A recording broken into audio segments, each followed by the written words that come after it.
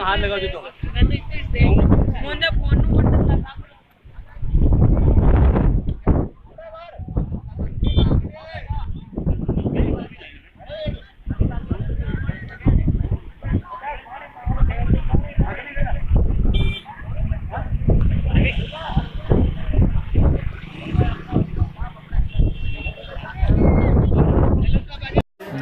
जेतारंग की ताजा खबरों के लिए हमारे चैनल को सब्सक्राइब जरूर करें और हर नए वीडियो की नोटिफिकेशन पाने के लिए इस बेल आइकन को अवश्य दबाएं।